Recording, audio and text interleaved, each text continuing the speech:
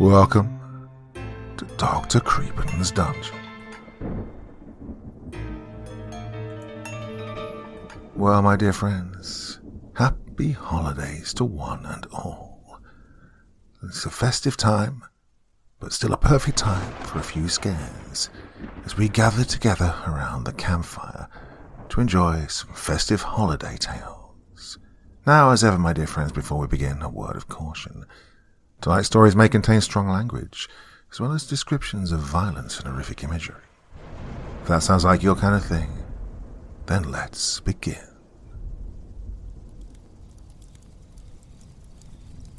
Deacon loved yard sales. Yet despite the size of the neighborhood sale he'd found on his way home from work, nothing had caught his eye. Disappointed, but glad he'd stopped anyway, Deacon turned away from the table he'd been going through and tripped over something at his feet. With a few ungraceful steps and a hop, he managed to keep himself upright and looked to see what he'd stumbled over, at the same time choosing to ignore the amused looks and snickers of his fellow treasure-seekers. Acting as though nothing had happened, he bent over and picked up the object that had been carelessly left behind him. It was a simple box, covered in a thin, tight layer of old, dark leather, approximately 18 inches by 18 by 18, with a brass latch and pin, securing a circular lid in its top, as well as brass trimming and a crank on the right side. The design was clearly that of a jack-in-the-box, a common child's toy that, when turning the crank, produced a tinny song and a cheap scare, as an overly made-up clown or jester popped out upon the song's completion. This, though, was not your average jack-in-the-box. Typically the toy, now mass-produced in various warehouses across the world, was made out of pressed tin, was feather-light, and about half this size. Also, Deacon could not recall ever seeing one that latched shut. What was the purpose in that? It would ruin the scare if the clown couldn't pop out at the appropriate time. He tried to pull the brass pin out, but it was stuck, and refused to budge even a hair. The result was the same with the crank as well, and despite his efforts, he couldn't get it to produce even a single musical note. Even though the toy didn't work, it intrigued Deacon. It was clearly old, and probably needed some repairs, but he was willing to bet that even in its current state it was worth some money. He turned the heavy box over and around, looking for a price sticker, but could find none. Someone here must be selling it. Perhaps the kid had taken the sticker off in hopes of playing with it. He carried the jack-in-box to the only table with someone sitting at it. A rail-thin, middle-aged woman with long, red, extremely frazzled hair and tired blue eyes sat with a clipboard and a metal box, exchanging various odds and ends for cash. He waited patiently behind 3 young boys who were debating the value of a box of sports cards. When they finally agreed on a price, they paid for their cards and moved on. The woman at the table looked at him with such exasperation, he was sure she was going to demand to know what he wanted. He was surprised, though, when her expression softened. "Can I help you?" I can't seem to find a price on this thing. Do you know how much it is?" He held the jack-in-box out for her to see, but not enough for her to take it from him. "What is it?" She tilted her head, but saw nothing but an old box. A broken jack-in-the-box." He turned the box enough to let her see the crank on the side. "You want to buy a broken toy? And a dirty one at that." She sneered at the box in his hands, mistaking the aged leather for stains. Deacon shrugged, eager to make the purchase, but not wanting to make his excitement apparent. No need in letting on that he thought it might be worth more than a few dollars. "Oh, a project really. I like to repair things in my spare time." Oh, a handyman, she smiled. Well, I'll tell you what. Seeing as it's not marked, let's say $5. It'll go in the donation fund from the animal shelter, my favorite charity. Oh, sounds fair, Deacon agreed. Paying for his new treasure, he hurriedly headed for his car, eager to get home and see what he could do with the toy.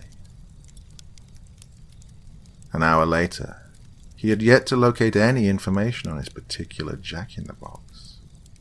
There was no manufacturer's stamp, no signature, or initialing of any kind to indicate who might have made the toy. He was surprised, though, when examining the box for at least the 4th time since bringing it home, to find a pentagram surrounded by Latin writing on the bottom. The sinister star and the Latin were burned into the otherwise soft leather covering. He hadn't noticed it earlier, and wasn't sure how he could have missed it, but it was as clear as day now. In his excitement over its age and potential profit, he must have overlooked it, he reasoned. The pentagram certainly added to the mystery of the toy, and he had hoped that the Jack-in-the-Box's uniqueness would make it easy to locate information about it. But it was quickly becoming apparent that maybe its uniqueness was the very thing holding up this search. Frustrated, but not discouraged, he began yet another search when he heard the front door open. "Hi, honey," he called out to the only other person who had a key to his home, his girlfriend of 2 years, Melanie. "Hey, baby," she answered from the hallway as she stripped out of her jacket and shoes and dropped her purse before joining him on the couch and planting a kiss on his cheek. Deacon set his laptop aside, turned his head and eagerly returned her kiss. "How was your day?" he asked. "Oh, you know, long, drawn out and uneventful. Glad it's over," she laughed, tossing her dark hair over her shoulder and cuddling up to Deacon. "Hey, what's that?" Deacon reached over and picked up the toy. "Oh, I picked this up on the way home from work.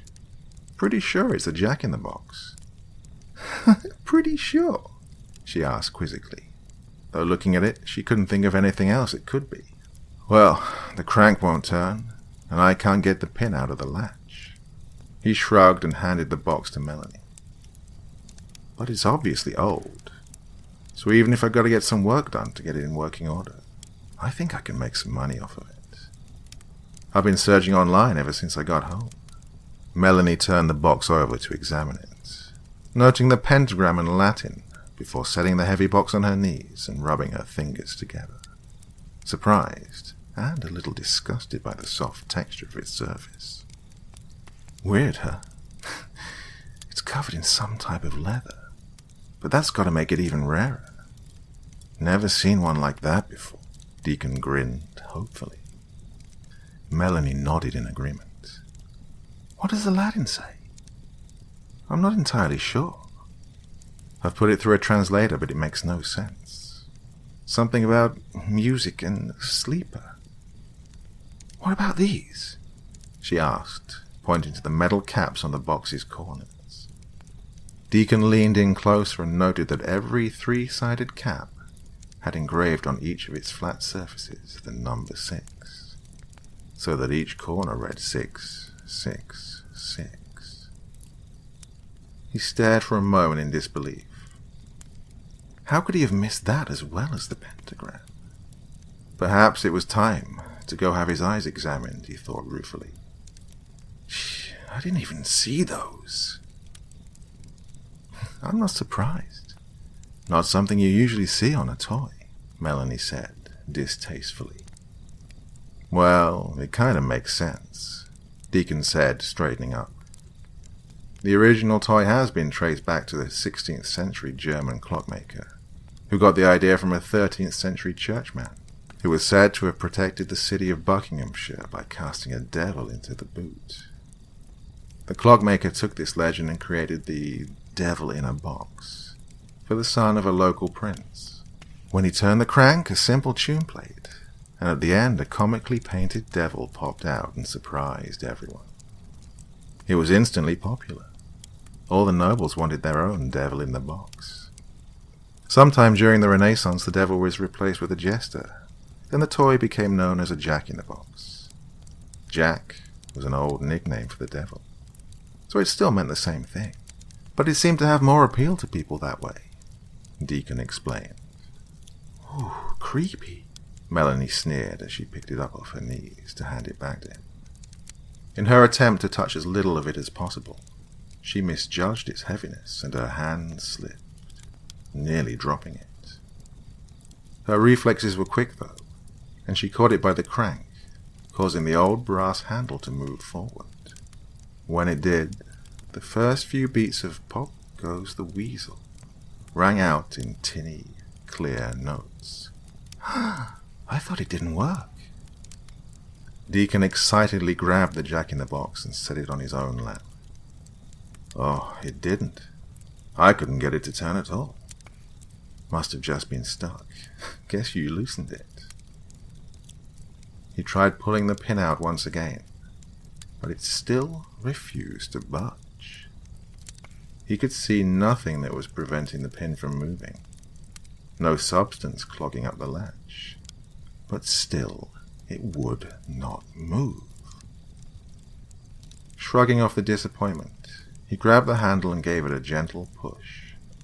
Effortlessly, the crank moved forward, and the room filled with an eerily slow rendition of the children's rhyme.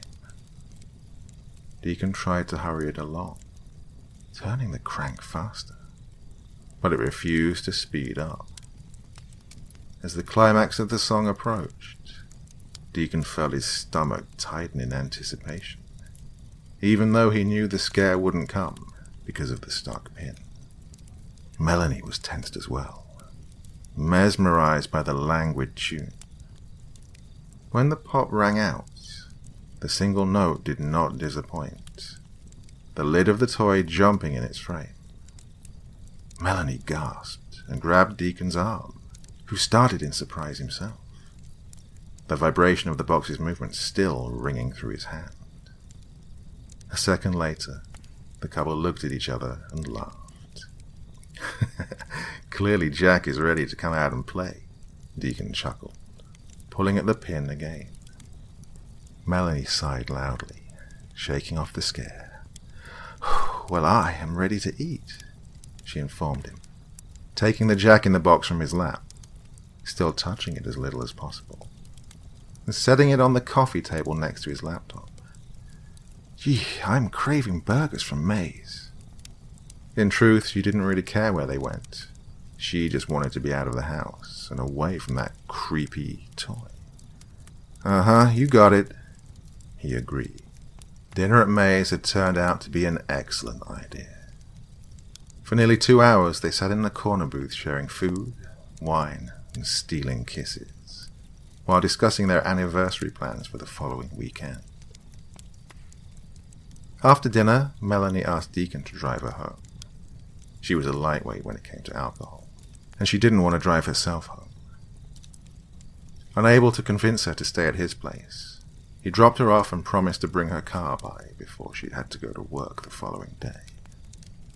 Entering his place alone, Deacon felt a little lightheaded himself, but decided a single beer wouldn't put him over the top.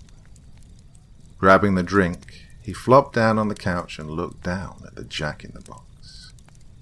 Shocked to see the pin, stuck all day despite his best efforts, laying neatly next to the antique toy. Deacon set the unopened beer on the couch next to him, picked up the brass pin, and stared at it in confusion, unable to reasonably explain how it had come loose and landed so neatly next to the jack-in-the-box. "Ready to show yourself?" Deacon almost whispered, as he flipped the latch back and began to turn the crank. Deacon felt strangely apprehensive, and wondered for the briefest moment if, perhaps, it was better to leave Jack alone. "Maybe I shouldn't have the beer," he said aloud to himself, shaking his head as he listened to the song's slow progression. When the pop came, nothing happened. The box sat motionless. Not even a thud from within like earlier. Deacon sighed. Now what? He went to the kitchen to retrieve a butter knife. If he had to, he would pry the lid open. Sitting once again in front of the toy, Deacon raised the knife as the crank began to turn slowly of its own volition, and the tinny song began to slowly play. I must have cranked it too much, he told himself as he watched in silence. As the pinnacle approached, Deacon was suddenly unsure whether he wanted to meet Jack or not. Before he could decide, the circular leather-covered lid flipped soundlessly open, and a blur of grey and white shot out of the box towards Deacon. More startled than he would ever admit, Deacon jumped and reflexively put up his hand, then cried out as a flash of white-hot pain shot through his palm. "Yeah, son of a bitch!" Deacon cradled his hand against his chest and stared in disgust at the thing bobbling slowly up and down on its noisy, antiquated spring. 10 inches high, minus the spring. It looked more like a corpse than anything else. Certainly not the typical Jack. The spine appeared to grow out of the spring itself, and barely supported the thin, malformed skeleton draped in stringy, dry flesh. The mouth hung open, revealing a dozen sharp-looking teeth, just below an empty hole where the nose should have been. Above the vacant hole, the eyes were sewn shut with thick strands of black thread. The top of its head came to a lopsided point, the skull almost entirely exposed, except for a few stubborn patches of grey scalp clinging to short tufts of yellowed hair. Worst of all were the unnaturally long arms and exaggerated fingers that looked more like claws, tipped red with Deacon's blood and pulled close to its desiccated rib cage. His palm throbbed painfully, reminding him that he was injured. Looking down at the rivulets of blood running down his wrist, Deacon angrily backhanded the toy off the table, satisfied by the noisy way it crashed to the floor, before heading to the bathroom to clean himself up. After deciding he didn't need stitches and bandaging up his hand, Deacon returned to the living room, picked up the Jack-in-the-Box, and set it back on the table. Despite his momentary anger, he still thought the toy could be worth something, and hoped he hadn't damaged it with that childish gesture. Tomorrow he would look into taking it to an expert. But for now, with Jack tucked back inside the box, a task that took far more effort than it should have, Deacon latched the toy, replaced the pin, and went to bed. Just a few hours later, Deacon woke to a sound he knew but couldn't place. Wanting nothing more than to go back to sleep, but knowing that this was not going to happen until he found out what had woken him, he forced himself out of bed to investigate. Nothing was out of place in the bathroom, so he headed down the hall towards the living room. It was empty and dark, except for the bright blue light from his laptop battery. It flashed its low power warning off the amber-colored glass of the broken beer bottle, which lay in a pile between the couch and the coffee table. Looking at the mess, he realized what had woken him, the sound of glass breaking. But how had it happened? Even if the bottle had rolled off the couch, the distance was short, and the floor was carpeted. It shouldn't have shattered. As he stood there, trying to think of a reasonable explanation for the beer bottle breaking, he noticed the empty spot on the coffee table. Where was the Jack-in-the-Box? The brass latch pin, once again removed, lay next to his laptop. but the toy was nowhere to be seen. He closed his eyes and retraced his last few moments before going to bed. He was certain he'd left the toy here, so where had it gone? Was someone in the house? Had he been robbed? Cautiously, Deacon headed to the kitchen, the only room he'd yet to check. He'd barely stepped into the room when Pop Goes the Weasel began to play from somewhere behind him. He spun around, expecting to see someone sneaking out of his house with a toy. But he was surprisingly alone. The song, though, continued to play. And to Deacon it seemed to be slowing down, almost as if it were calling to him, enticing him. He left the kitchen and followed the metallic tune through the living room, past the front door and into the hallway, where the song continued, past its climax, only to start over again. "Melanie?" Deacon called out tentatively. He knew it wasn't her, but hearing a voice, even just his own, made him feel less alone, less vulnerable, as he searched for the misplaced toy.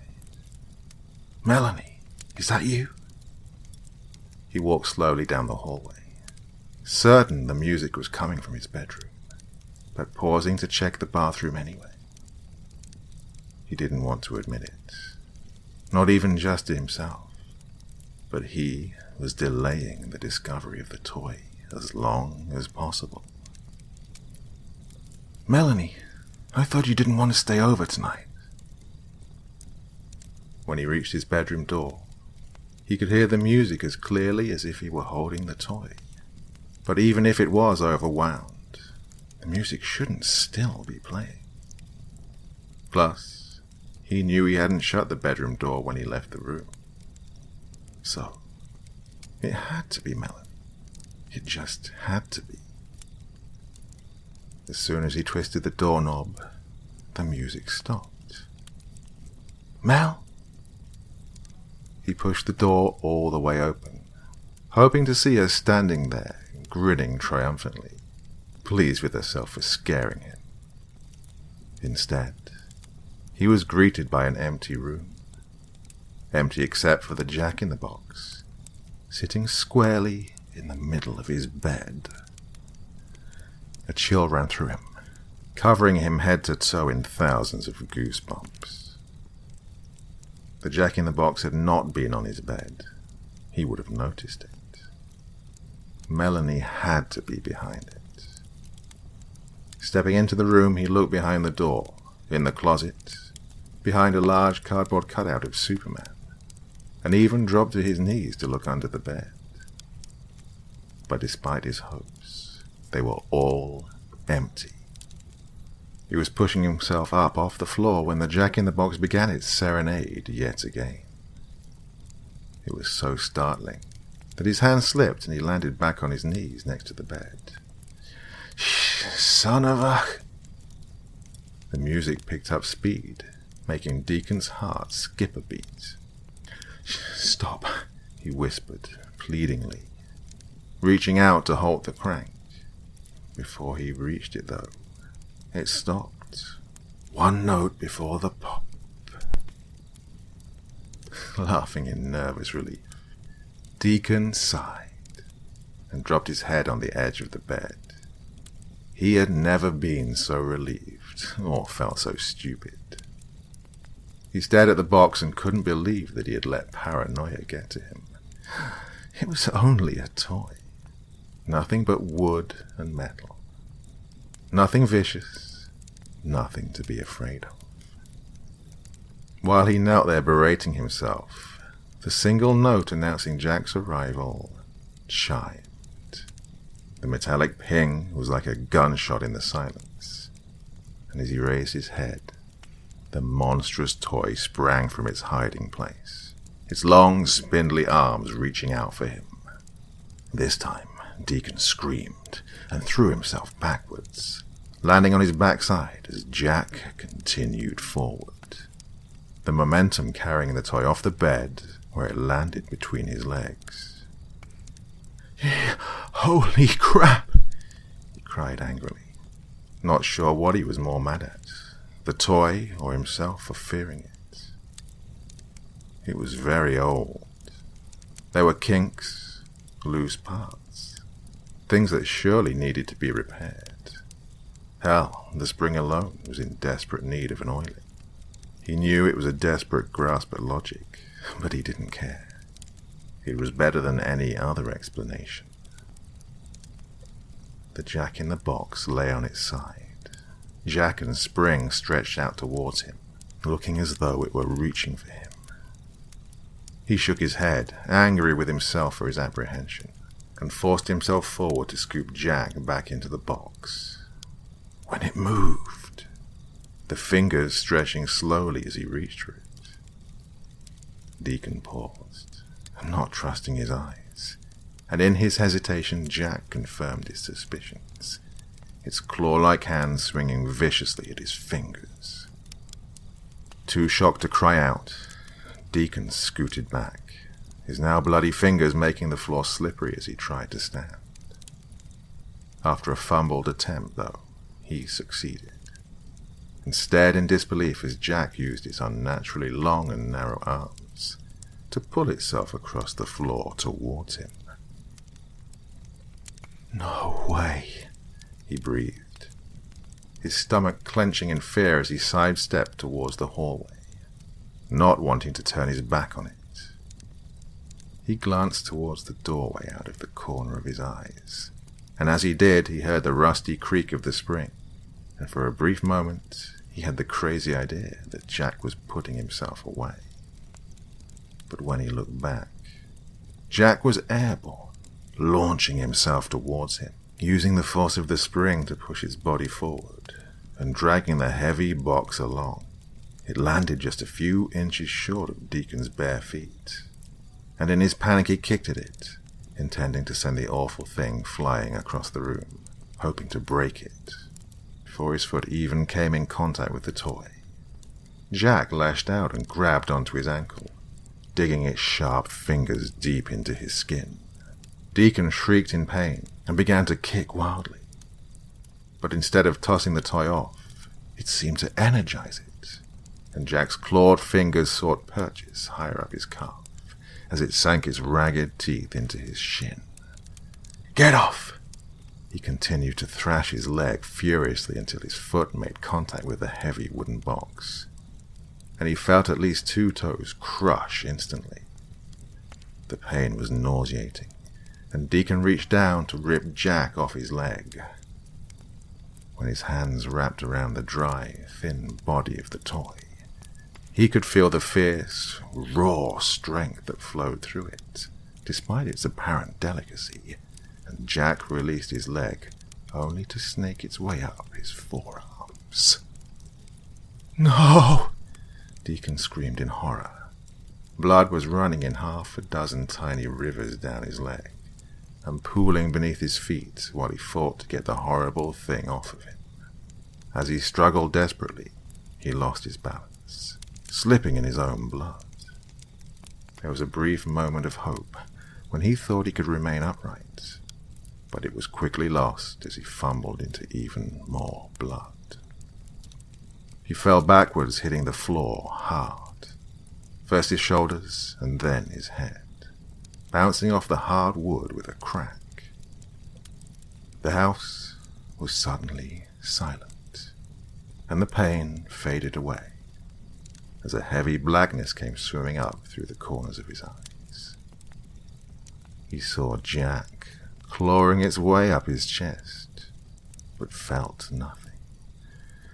"Please," Deacon begged, as darkness enveloped him completely. Deacon draped his arm over his eyes, having no desire whatsoever to open them. His head pounded ferociously, but he had never been so glad to be awake. He was giddy with relief. That had been, by far, the worst and most vivid nightmare he had ever had in his entire life. he would definitely not be drinking that much again any time in the near future.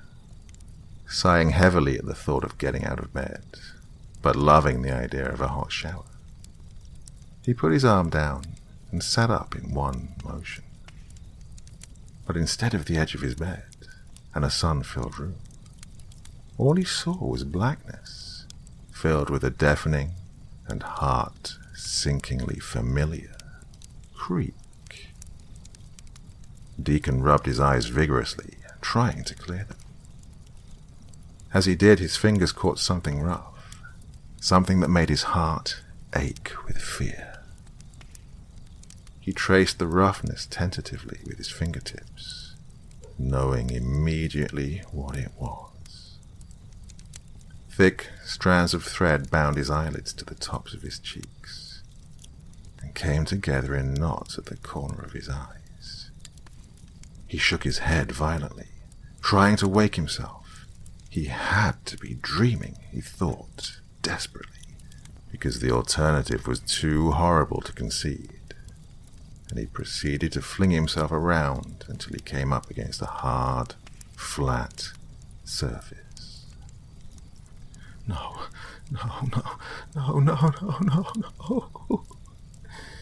He couldn't hear his own voice, but he continued the mantra anyway, as he explored the walls that confined him on all sides. With every movement he was taunted by the awful metallic creak that filled him with a sickening dread that he didn't want to confirm, but could not ignore. After what seemed to Deacon like an eternity of hesitation, he placed his hands on his chest. Startled by the sunken spots he felt, he continued down to his waist, aware of areas of pain and a wetness he was sure was blood, but neither of which concerned him.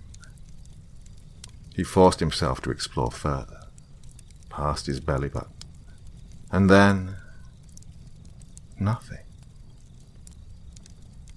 No more flesh, no more bone. Nothing but a cold, downward spiraling ring of metal. In an instant, all reason abandoned him, and he began to thrash and scream, a raspy, torturous cry, drowned out by the incessant creaking of his spring.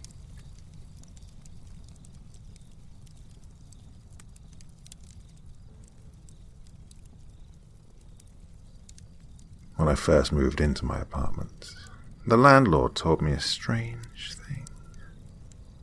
Always check that the room is the right one before entering. Sage advice from a master of the obvious, you might say.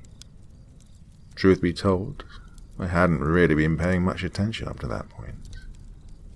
My landlord was the type of woman that put no effort in sounding happy to meet you, and whatever Eastern European accent she had certainly didn't make it any easier to understand. I probably should have asked a few more questions, but signing a lease wasn't a process I wanted to prolong any longer than I had to. Besides, it's not like I really needed an explanation. My early childhood diet didn't consist exclusively of paint chips after all. For how cheap the rent was, I wasn't about to worry over a bad joke. The place was one of those oddities of design that seemed to suck the fun out of everything anyway. Nothing but a series of copy and paste apartments stacked on top of each other for 13 laborious floors. Each one was practically identical, right down to the way the front door stuck when it rained. Not a single window among them. They even came furnished with a full set of drab appliances and furniture, devoid of any particular style or taste. It's like living in a filing cabinet, sterile and lacking a life of its own. You'd think we all lived in alphabetical order and referred to each other by apartment numbers.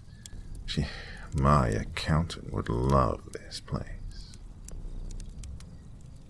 As dull as the accommodations were, it didn't take more than a month for things to get interesting. There were little things at first, mostly just noises. Nothing particularly sinister, but they did a great job of keeping me up at night. One night I'd hear unintelligible whispers coming from my neighbor's bathroom that lasted for hours. The next, I swear I heard wolf-like howls from the floor above, despite a rigidly enforced no-pets policy. Once I even caught the unmistakable sound of crashing waves on sandy beaches from an apartment on the 6th floor. Occasionally, I would hear the noises coming from rooms in my own apartment. However, nothing would be out of place when I checked. Oh, I may have forgotten to mention that I live alone. It took a bit longer for anything really strange to happen, though. It was 4 months into my stay when the sound of clinking glass and slamming cabinets woke me up. It came from the kitchen, and I knew it had to be an intruder. I quietly slipped out of bed, grabbed the aluminum baseball bat I kept next to the door to remind me of how I really should get more exercise. I must have looked absolutely ridiculous tiptoeing down my carpeted hallway to the kitchen with how much noise the intruder was making. When I reached the doorway to my kitchen, I chanced to peek inside. Sure enough, I saw a dark figure furiously rooting through my kitchen cabinets. Tightening my grip on the baseball bat, I flipped on the light switch. Lucky thing I did, too. Otherwise I might have beaten an old, innocent woman to death. My midnight intruder started at the sight of me, her wrinkled face twisting into a mixture of fright and confusion. The unassuming dirty dressing gown and fluffy pink slippers she wore seemed an odd choice for a burglar. I recognized the woman. She was the old lady who lived 2 doors down from me. I'd even helped her with her groceries that very evening. After managing to calm the poor woman down, and assuring her that she was not in fact in her own flat, my elderly neighbor apologized profusely. She'd woken up in the night craving a cup of tea, she explained, and must have gotten lost in the dark, unlit building. How she managed to slip into my apartment without either of us noticing was beyond me. She must suffer from dementia, because she was absolutely convinced that she should still be in her own place. I don't think she understood just how close she had come to a baseball bat to the head, and I wasn't in the mood to explain it to her. I tried to be as polite and understanding as I could as I escorted her back to her apartment. But something was bothering me. Something about the whole affair made the little hairs on the back of my neck stand up. It wasn't until I locked my front door behind me that I realized what it was. Before going to bed, I remember quite clearly locking the door from the inside.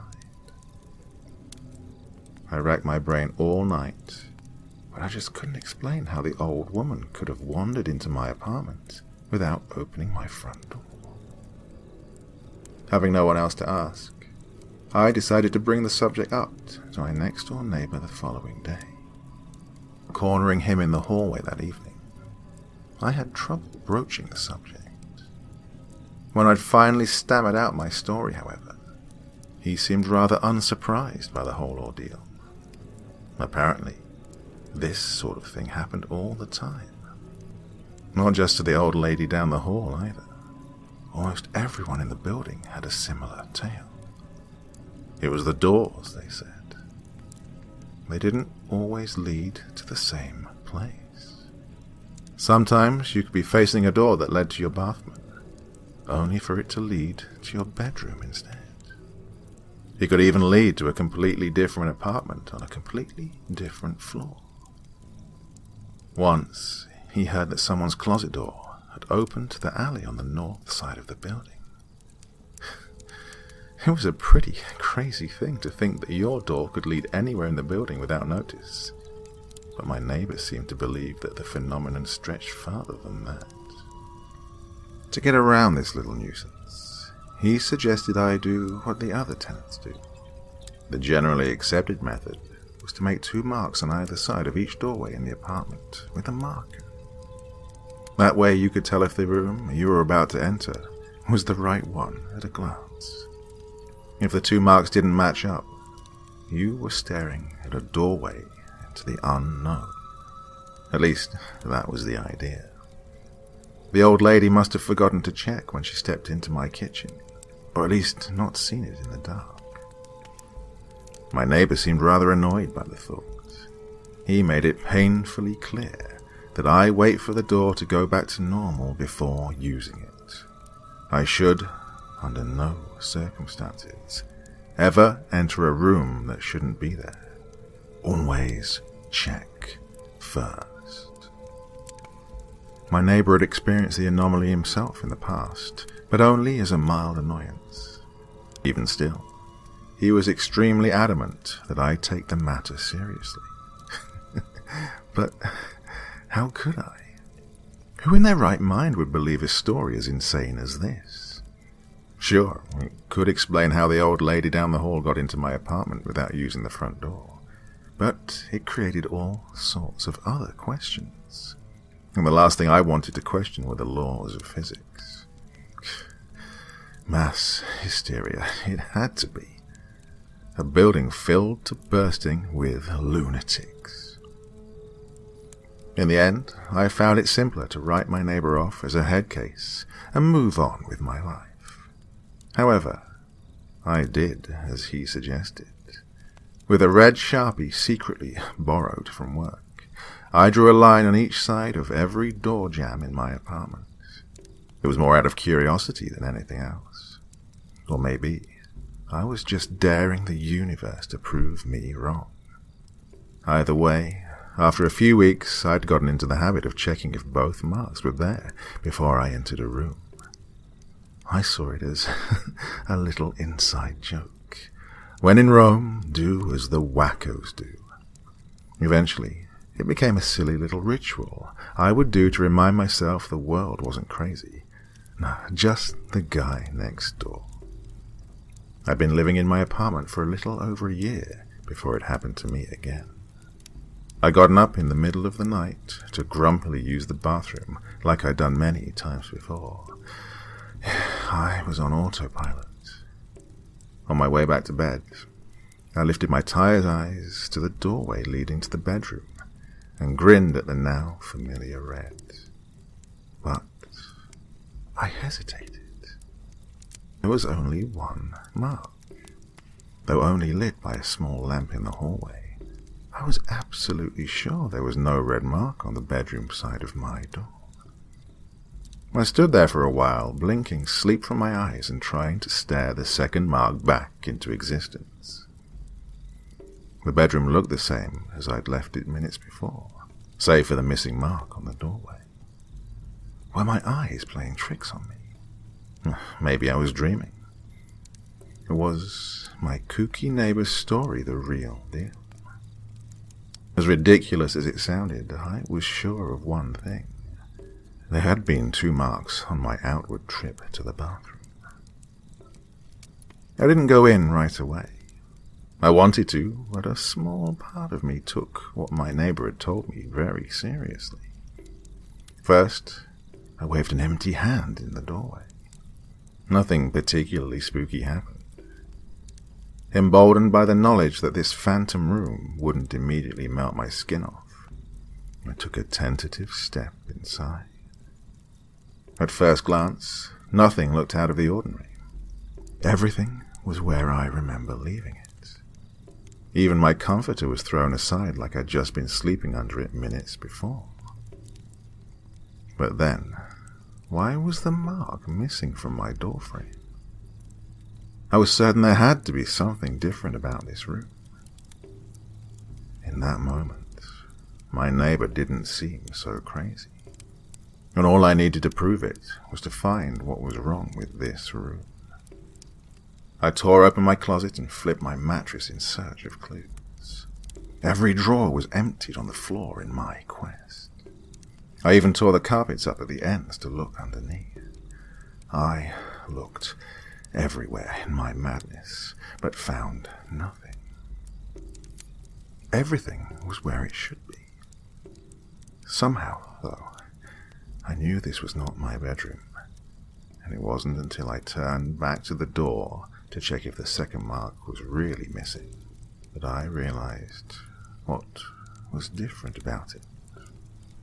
This room had no doors.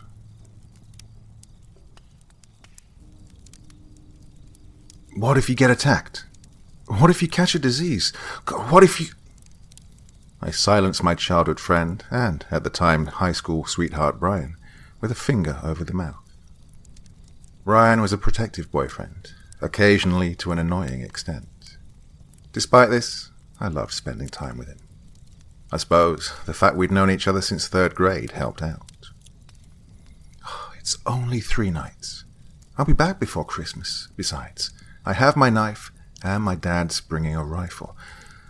I would pay to see a wolf try to handle the power of a .22. I wasn't. We were suddenly cast into darkness by the gas-powered lamp which had previously lit up the inside of our clubhouse going out. I sighed and moved the piece of plywood which acted as the door.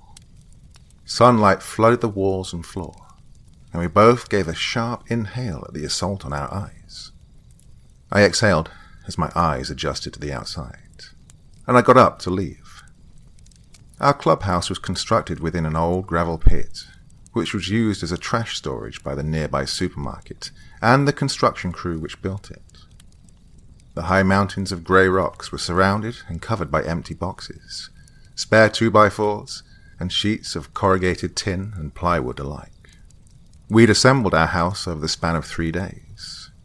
2 2x4s had been driven into the sides of the gravel mountains, which created a short canyon near the back. Plywood and metal was used for the wall in which we had installed our door, as well as the roof. An old nail gun was stashed in one corner, in case a drunk or hobo wandered in while we were there. It only had enough gas to fire a few shots, but we only had 3 nails, so it didn't matter. A tarp had been used for insulation, as well as a way to keep the sunlight from leaking in. We'd used one of my dad's old gas-powered camping lamps to light it up. A lamp which was now out of fuel. Brian followed me out of the clubhouse, giving a slight grunt as he moved the plywood door back in its place. I pecked him on the cheek as we said our goodbyes, and we rode in separate directions on our bikes. One day, and a 4.5-hour drive later, we were at the back of the campground. The park ranger gave us our favourite, a 20 years of membership reward. The site was larger than the rest, and had a few layers of seclusion provided by the verdant July pines. I was hunting around for rocks to use as a fire ring, and my dad was assembling his tent with the effortless perfection of an Eagle Scout. The birds chirped, and something large, an elk or maybe a moose, crashed around in the trees just out of sight. That night, as we sat around the crackling flames, I found myself watching the tree line. The great pines seemed darker than usual, their shadows more pronounced. In fact, their shadows seemed to swallow the forest entirely, blocking sight for anything more than 5 feet in. Movement. It was fast, less than a second long, but whatever had moved, it was huge. It looked like a man, but it was almost 8 feet high. Its arms were long, and what I can only describe as lumpy, like twisted tree limbs come to life. Its back legs were animalistic, and curved back before ending in long, curved talons, like a combination between wolf and eagle. Its hands were almost human, but its claws were almost perfectly straight. They reminded me of the paper claws you would fold in 4th grade and pretend to be some fearsome beast come recess. But this was no man in costume. In one hand, it clutched a deer by its neck. The creature was dead, and scarlet trails slithered down the obsidian claws. The kill was only barely touching the floor. What struck me most about the thing was its face. It was covered in a great mask. It reminded me of one of those cow skulls that you see in every Western movie, but it was elongated and far too thin. Instead of curved, thick horns, there were wide antlers. They ended in sharp points, which were coated in a brownish-red substance that trickled down like paint. Hey, you all right? I split my mind from the trance I'd developed and pulled the sausage, now a blackened crisp likened to a cattail, from the fire. I inspected it, then chucked it into the fire. I grabbed a new one and impaled it on my stick before returning it to the fire. My dad took a bite out of his. "Oh, you look like you've seen a dead body." I pondered this before responding with, "Yeah, I'm fine. Just a wolf or something." "You want me to take a few warning shots?" my dad asked with a chuckle, before drawing out the long rifle from the other side of the log. No way. I'd rather not get kicked out on our first night. My dad took another bite from his sausage. I withdrew mine from the fire and loaded it into a bun before adding a stripe of hot sauce. I looked back to the trees. Whatever I'd seen there was gone. How very naive of me. I woke up at, according to my watch, 2:27 a.m. in my one-person tent 40 feet away from my father and 30 from the picnic table which held our gun. In its case, my dad isn't a moron. I sat up in my sleeping bag, rubbing the sleep from my eyes. My toes, despite the 20-degree sleeping bag, were freezing. I wrapped my hand around them, encased in their wool socks, while I tried to figure out why I'd woken up in the first place. The interior of my tent was warm enough to keep me asleep. The crickets were a sound I was used to as a Colorado native. I finally realized the second set of breathing 5 minutes after I woke up. I couldn't imagine how I'd missed it. It was extremely heavy, but it wasn't my dad. He snored, but he didn't snore that loud. It was likely an elk. I figured they were creatures of the night, and if it were a wolf, I could try to stun it with my flashlight and yell for my dad to get the gun. If it was some pervert who'd found his way to me, then I'd get the gun and deal with the problem myself. My fingers found the cold ocean blue steel body of my flashlight. My thumb pressed against the nylon-covered button on the back. I got ready to yell, and then swung. The moment my light turned on, the tent was flooded with a synthetic yellow light from the flashlight. I scrunched my eyes together, and I heard who, or whatever was outside, hiss in surprise and pain. My eyes adjusted to the light, and I got a good look at the silhouette of my nighttime visitor. I nearly relieved myself when I saw it. The antlers extended wider than my light allowed, but the sharp, spear-like points were all too familiar. I saw the small, half-centimeter-high ridge that protruded down the skull-like mask of it. The arms were great bows come to life in the form of powerful arms, and the front claws were almost perfectly straight, but had sharp triangular points, an almost exact copy of the origami claws of my youth. One of its hands covered its eyes to block the sunlight. I let out a trembling breath, hoping, praying to every single deity I could imagine, Odin, Ra, God, even the driving force beyond cosmology, that whatever was near to my tent would retreat back to the shadowy tree line.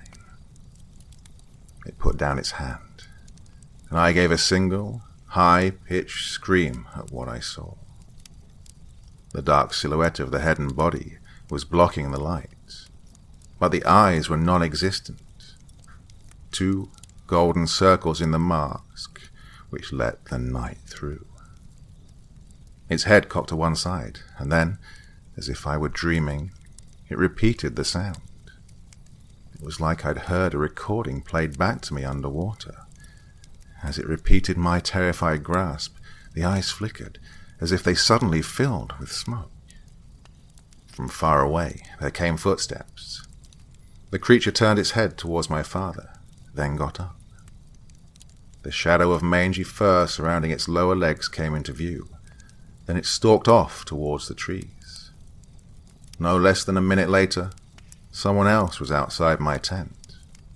My dad unzipped the tent flap and peered inside.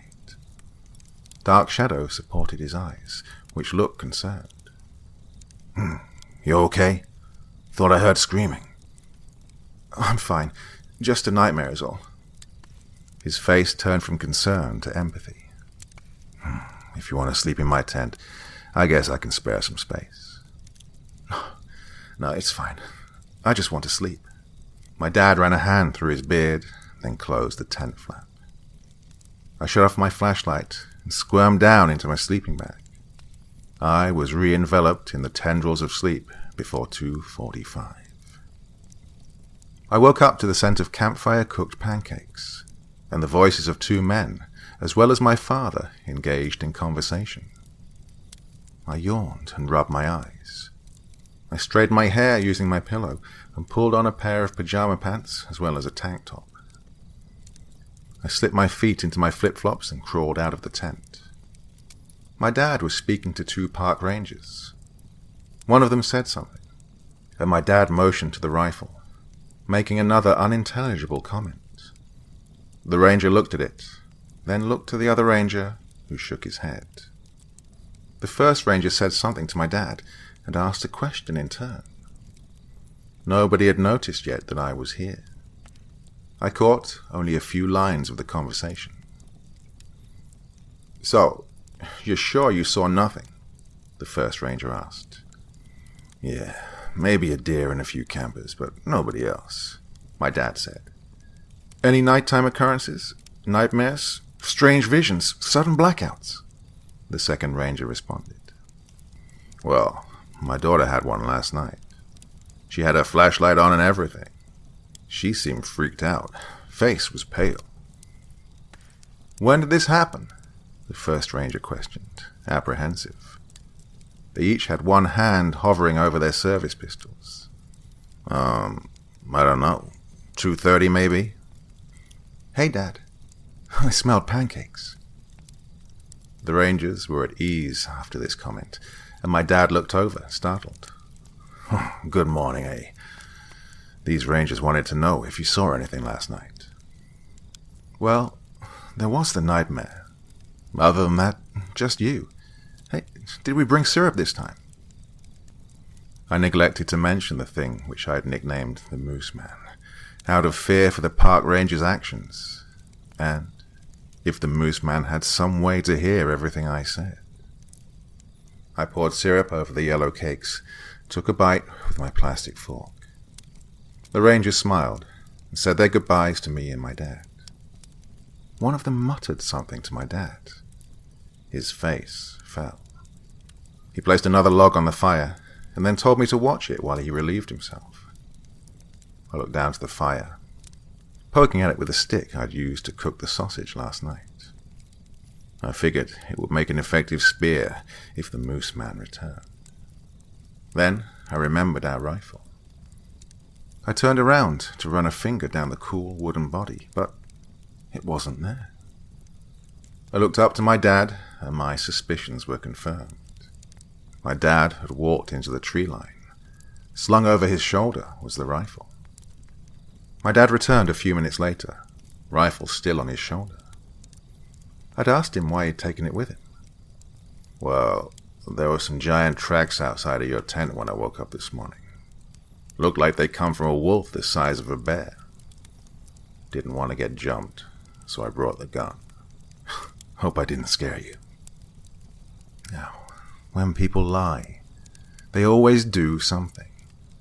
They talk animatedly with their hands. They look down. They use and more often. And for my dad, well, he runs his hand through his beard. He did this as he gave his answer, and then quickly set the rifle back down on the table. He poured more batter into the pan, and I looked at the rifle. The safety was off. The world was normal up until that night. We had ham and barbecue sauce sandwiches for lunch, the wonders of camping food, and Campfire cooked hot dogs for dinner. Yes, again. The key difference was that, this time, my dad and I brought out an old Dutch oven. Dutchy peach pie was a camping tradition in our family. 1 can of peaches with syrup, sandwiched between the layers of flaky crust and topped with powdered sugar. It was delicious if done right, but doing it right took almost 3 hours. By the time we were finished, it was almost midnight. My dad had just lifted the top of the Dutch oven off to check the pie when we heard something that chilled us to the bone. Imagine a wooden creak sound, but almost twice as high-pitched and 10 times as loud. The birds in the trees flew to the sky, cawing, hooting, and twittering as they flapped away. The crickets and frogs were silent. I wouldn't be surprised if the whole campsite was awoken by the loud, screeching rumble. I looked at my dad, who was watching me. "What the hell?" I asked, dumbfounded. My dad's head snapped around. Coming from the thin layer of trees that separated us from the rest of the campsite was the unmistakable sound of twigs and leaves crunching beneath feet. I grabbed my knife, and my dad pointed the rifle towards the shrubbery, which was violently gyrating back and forth. My dad's finger was curled around the trigger, ready to send a shot into whatever was going to burst forth at any moment. "Hey, stay behind me." A park ranger, who wasn't one of the first two, came forth from the trees. My dad lowered the rifle, and I placed my knife back on the table. The ranger stumbled over a tree root and looked around. In one hand he held a flashlight, which was off. In the other, a giant silver revolver. "You guys the only ones here?" he yelled out. Yeah, just me and my daughter." The ranger stepped forward. He didn't put his gun away. "You see anything strange?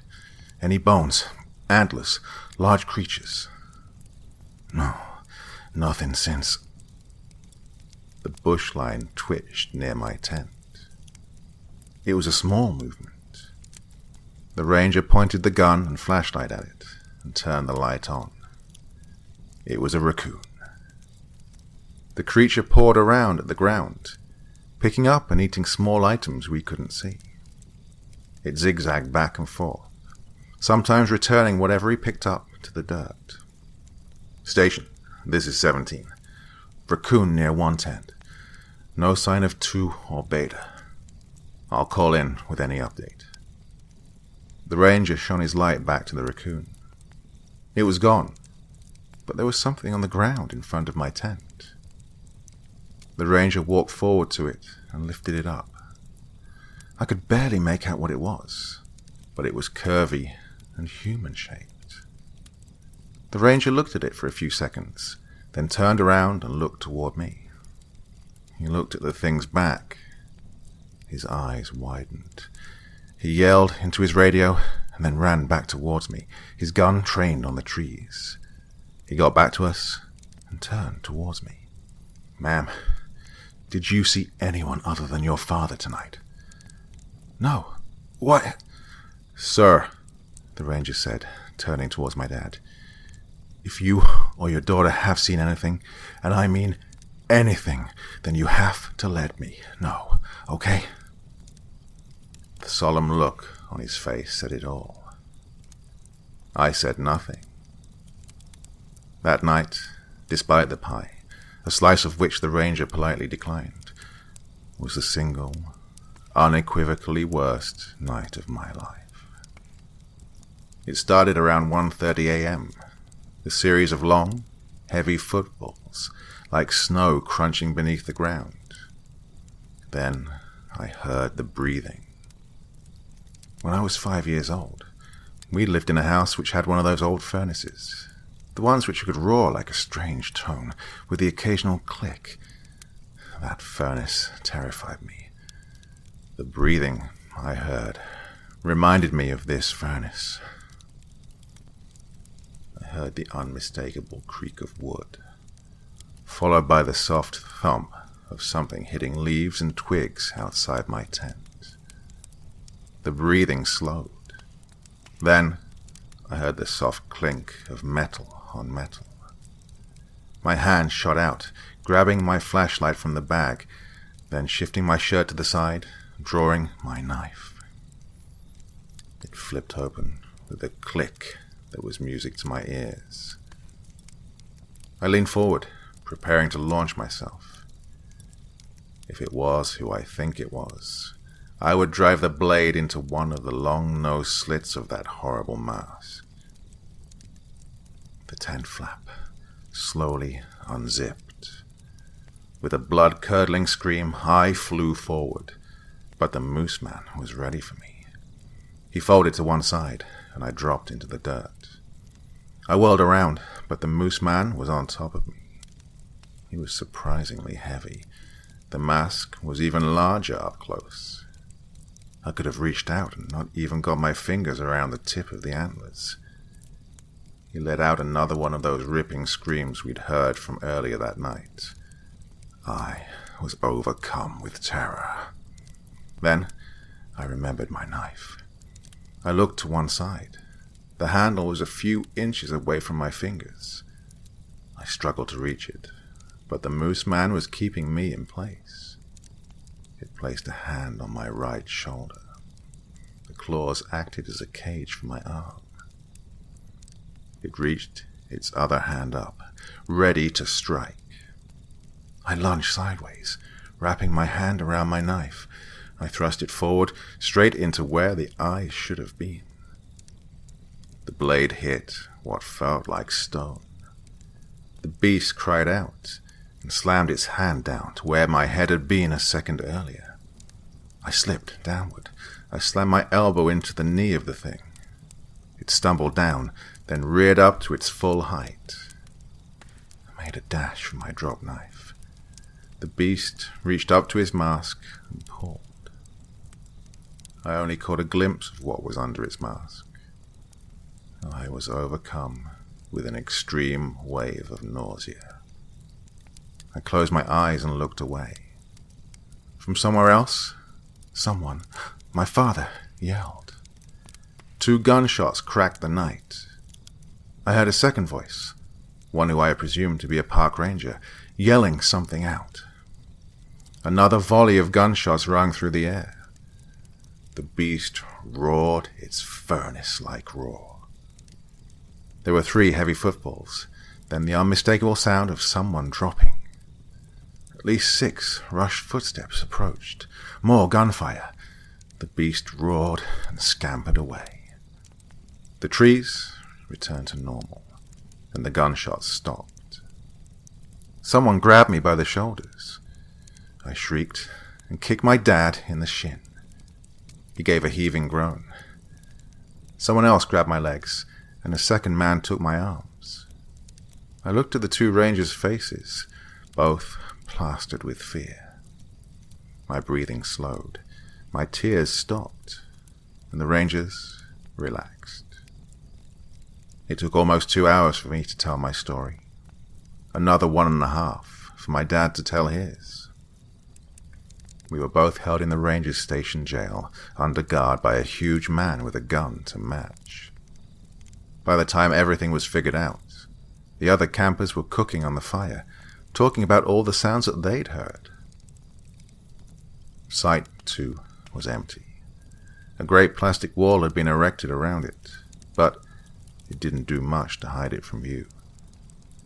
I saw the silhouette of a great statue, like the one the ranger had found near my tent. This one was almost as tall as the moose man himself, and there was the shredded shadow of the tent behind it. Before I could even inquire about it, a ranger saw me staring and escorted us back to our site. We were back home by lunchtime. We were told to tell our acquaintances that the campsite had been closed early due to a small fire nearby. We would not likely do any damage, but hey, better safe than sorry. As far as I can tell, nobody knows about the Moose Man. I've tried to forget the whole thing, and hope that writing this story helps with that. Because, well, every few weeks, I have this nightmare. I'm running through the woods, and I can hear something behind me. It is large and fast. I trip over the wall, and I turn around to see the Moose Man thundering towards me. It stops when I can see his mask. I wake up, and I see the shape burned into my vision. I love the Colorado Rockies.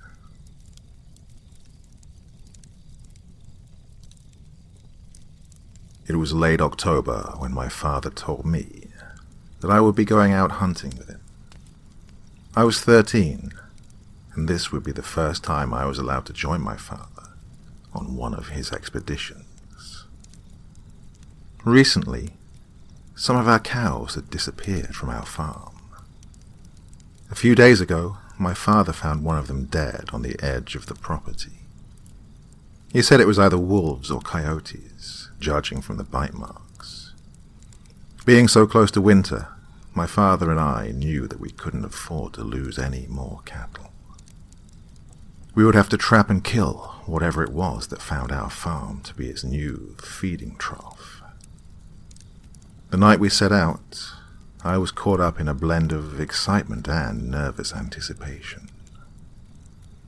Most of the other boys in our village had already been out hunting, and they often made rude jests to remind me that I was still a whelp.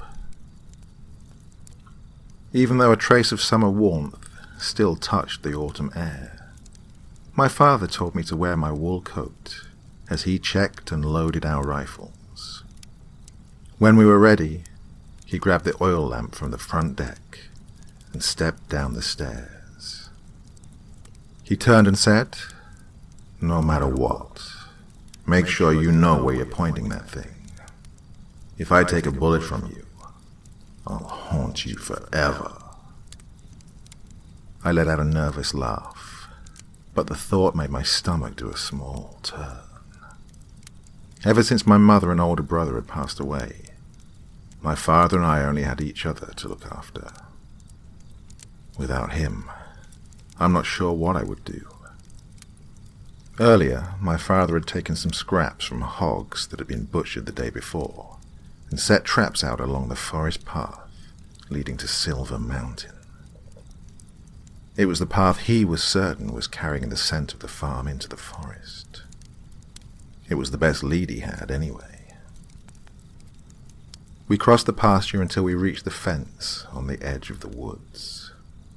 The moon was nearly full, and its light made it easy to see in the dark, despite the light layer of mist that blanketed the open field.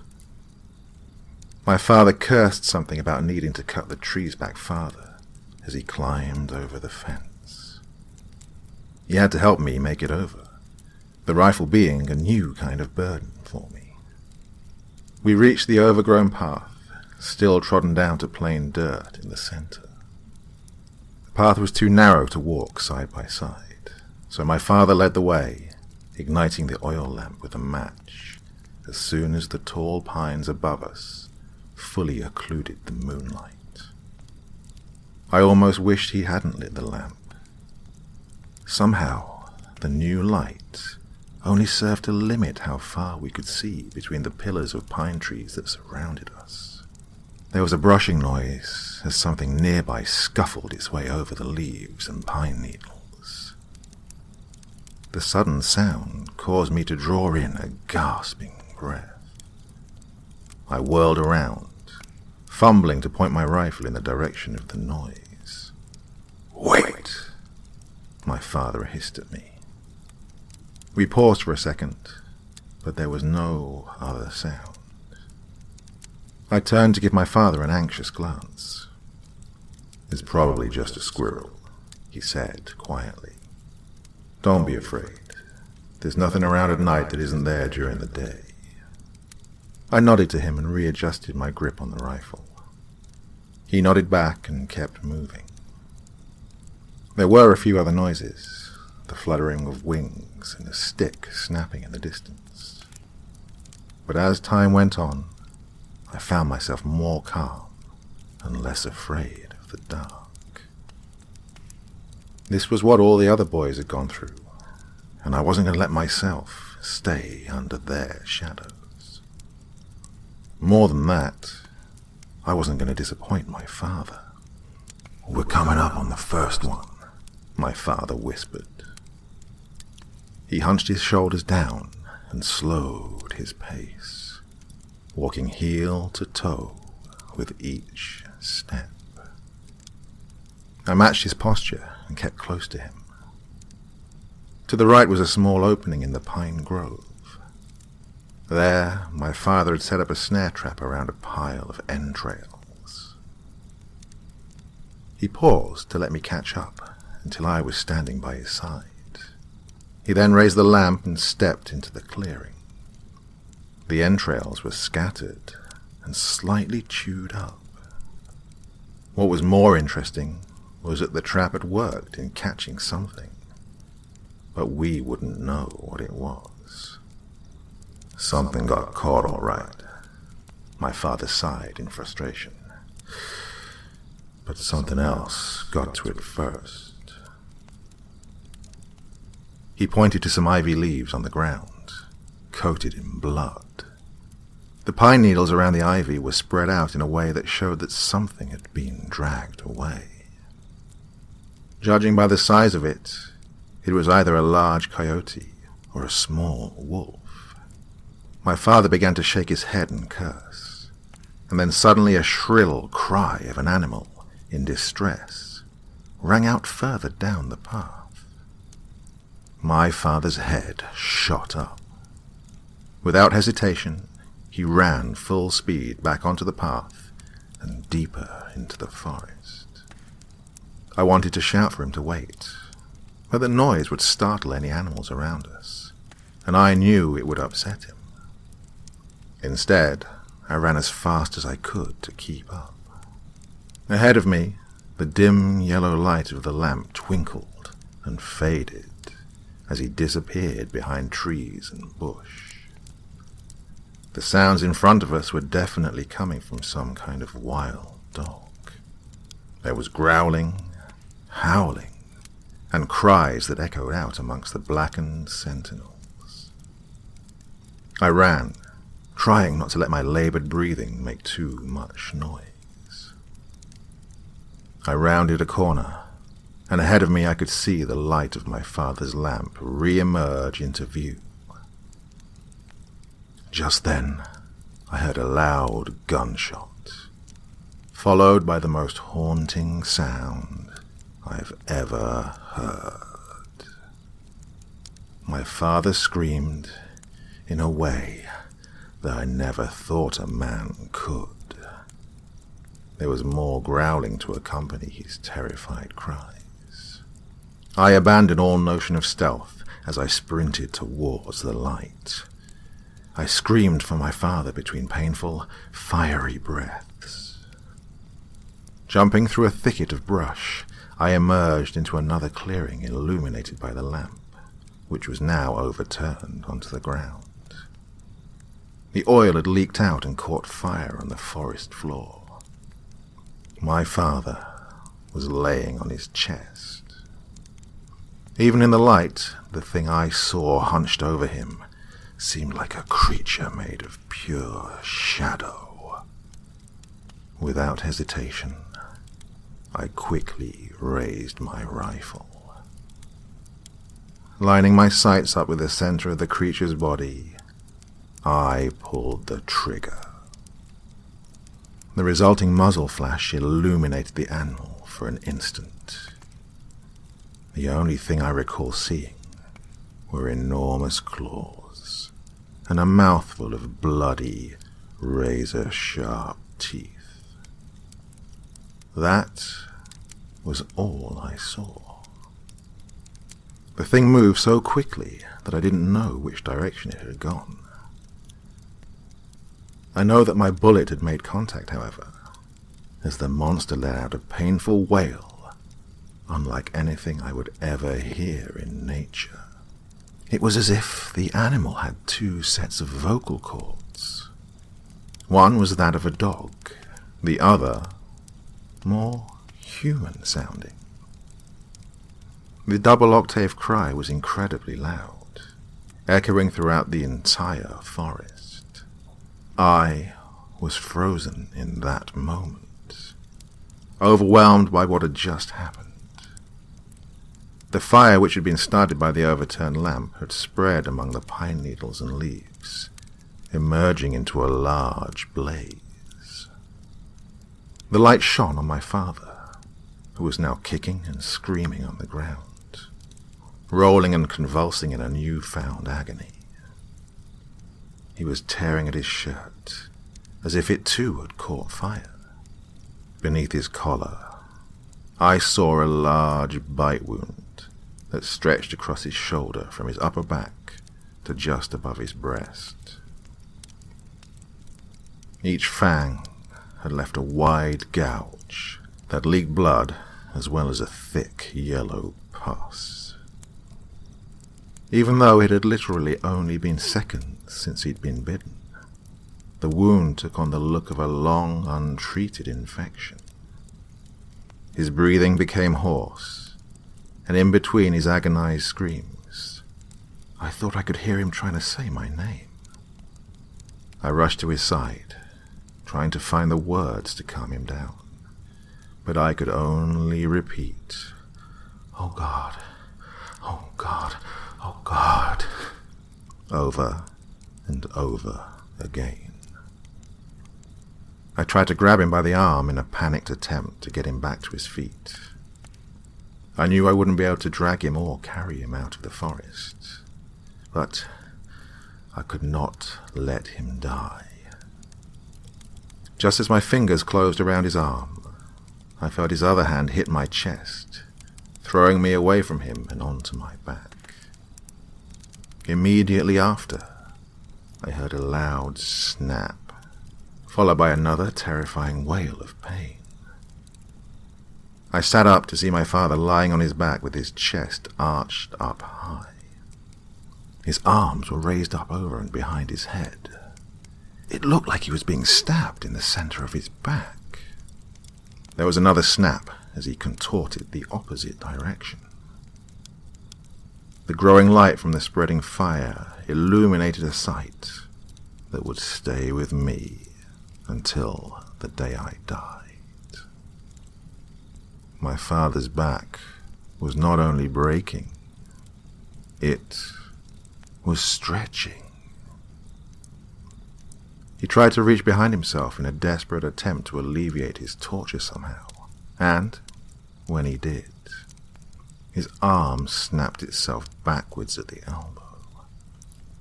There was this awful crunching sound as the bones in his arms broke themselves in multiple places. I saw that, with each break, his appendages gained a few inches in length. That sound was accompanied by a tearing, pressured stretching noise, as his skin and flesh strained to keep up with the unnatural growth of his bones. His shoulders buckled together first, before snapping about an extra 6 to 10 inches apart. And his face imploded as an invisible force suddenly broke all the bones of his skull, pushing his nose and mouth inward. His anguished, wild screaming was suddenly cut off as he continued to writhe upon the forest floor. In his sudden silence, I realized that I had been screaming in horror the entire time. I fought to get back to my feet, realizing I'd dropped my rifle. I looked my father in the eyes weeping at the ungodly torment I could see in his own gaze. There was a popping noise, and his face suddenly elongated to resemble a snout, like a horse or a dog. He choked and coughed, gagging on something apparently. Then, in a spew of bloody vomit, he spat out all of his teeth. The next time he screamed, I could see deadly sharp points emerging from the bloody sockets in his jaws. His scream was different now, accompanied by the sound of something inhuman, something wild. Suddenly, I realized with a new kind of horror that the sound coming from him was the same double-octave scream growl I'd heard coming from the beast I had just shot. The skin around his eyes grew black, and that darkness spread over his face, leaking through the skin of his neck and spreading over his shoulders. Patches of thick, shining black hairs emerged from his flesh. In an instant, the thing I was screaming at resembled nothing of the man who had raised me, the gentle person who taught me to fish, to ride a horse, and to skip stones. No, his screams became less human and more animalistic, and the remaining ember of my sanity chimed one rational thought into my brain. The most unthinkable notion imaginable. I scanned the ground at my feet and found the rifle I'd come with. Tears streaked my face as I pulled the bolt back and then pushed a bullet into the chamber. Sobbing, I raised the rifle and lined the sights up to the spot between his eyes. I didn't blink when I pulled the trigger. The unspeakable monster my father had become immediately fell still. My entire being was numb. I felt myself collapse as I sobbed like a child. There was no way to reach any small precipice of understanding about what had just happened. I stared at the corpse in front of me, uncaring of the blaze which was now reaching its way up the pine trees and throughout the forest floor. I felt as though I wanted the fire to consume me, to take us both from this dark nightmare. Then, suddenly, I heard a howl from beyond the inferno. It was a sound from the deepest circle of hell. Before it ended, a chorus of double-voiced roars joined in. The noise pierced through my body, electrifying my spine. I wasn't thinking. Instead, I channeled my actions through an unquestionable instinct to get as far away from the source of that hellish orchestra as I possibly could. I turned and bolted in the direction of the farm. Terror had seized every inch of my body, and I sprinted with an adrenaline-fueled frenzy towards the safety of the village. The light of the fire quickly died away as I tore through the forest, jumping over roots and large rocks. I had no idea if I was on the path or not. I simply ran. There was a point as I ran through the murky blackness of the forest that I realized I could hear more than my own panicked footsteps.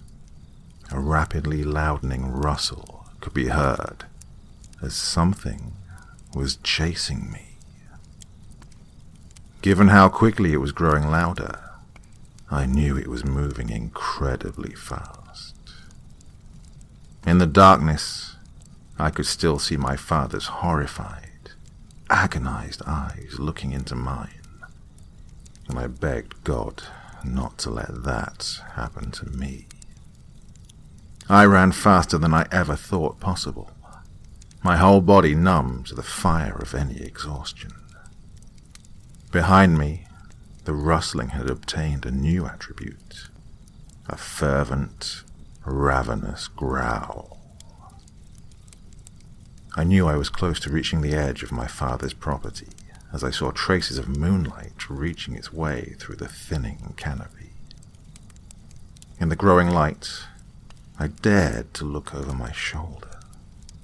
Behind me, only several yards away, I could see the roiling figure of another dark beast as it charged after me on all fours. Behind it, 2 more were in pursuit. I didn't look back again. I was so sure that any second I would feel the weight of a beast fall upon my shoulders. I would feel its claws first, and then those awful teeth.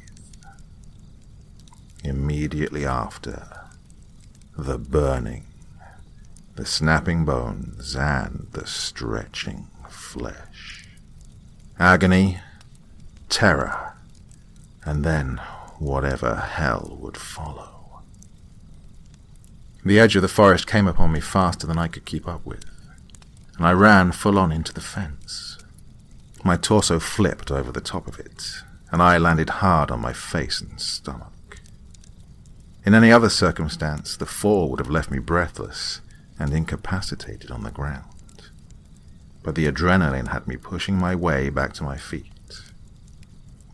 Just then, I was ripped back as the beast had finally caught me. It snarled as it tore into my back. I wailed, but realized there was no pain. That's when I noticed it hadn't bitten into me, but into the thick wool coat my father had insisted I wear. I dropped the rifle I didn't even know I was still carrying, and rolled out of the jacket in a single turning motion. Once free, I sprinted with a new top speed, fueled by a tiny flicker of hope. At some point, probably when I heard the chorus of howls ring out from the forest, the cattle had managed to break free from their pen. They ran in large circles around the pasture, panicked and trying to find some means of shelter. I ran through the stampeding cows towards my father's house. Behind me, I heard the distressed moaning of livestock being pounced upon by the Hellhounds.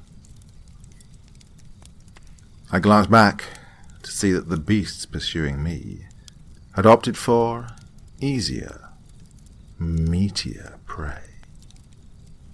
I wasted no time in putting more and more distance between them and myself. I ran right past my house, determined to reach the safety of the village, to the company and protection of other human beings. My father's farm was just outside of the small neighborhood.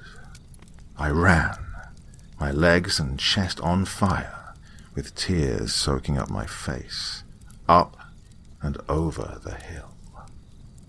The light of the village was my salvation, and I raced in that direction until I crested the hill beyond my father's farm. The light of the village was my salvation, and I raced in that direction until I crested the hill beyond my father's farm, the one that overlooked the village. When I saw the source of light ahead of me, my feet skidded to a stop on their own, and I fell to my knees. Fire. Nearly the entire village was engulfed in flames.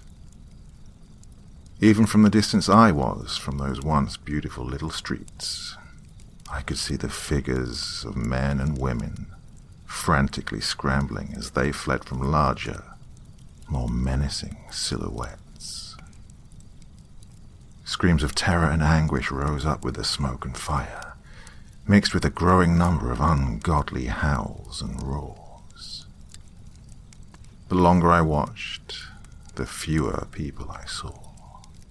more and more beasts, my former neighbors, darted back and forth among the flames. Howling from behind me prompted my feet to move once more. I ran closer to the village, not knowing where else to go. I ran until I came across the small culvert just outside of town. Throwing myself off to the side, I fell into the stony river with a painfully shallow splash. Wasting no time, I crawled into the small opening of the culvert, hiding myself there under the road. Above me, I could hear the sound of the beast's paws rapidly pummeling down as they raced to join the slaughter down the road. Exhausted, terrified, and shivering, I sat in a catatonic horror as I listened to the visceral chaos of my entire world being savagely torn apart by the fangs and claws of absolute nightmares. The terrified screaming of friends and neighbors devolved into agonized wailing, which, over time, was completely replaced by an unprecedented number of double-voiced howls.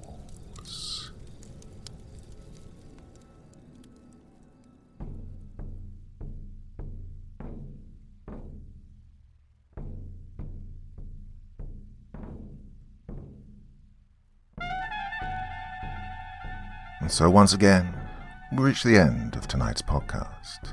My thanks as always to the authors of those wonderful stories, and to you for taking the time to listen.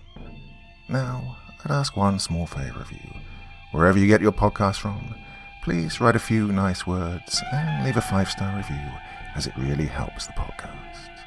That's it for this week, but I'll be back again same time, same place, and I do so hope you'll join me once more. Until next time, sweet dreams and bye-bye.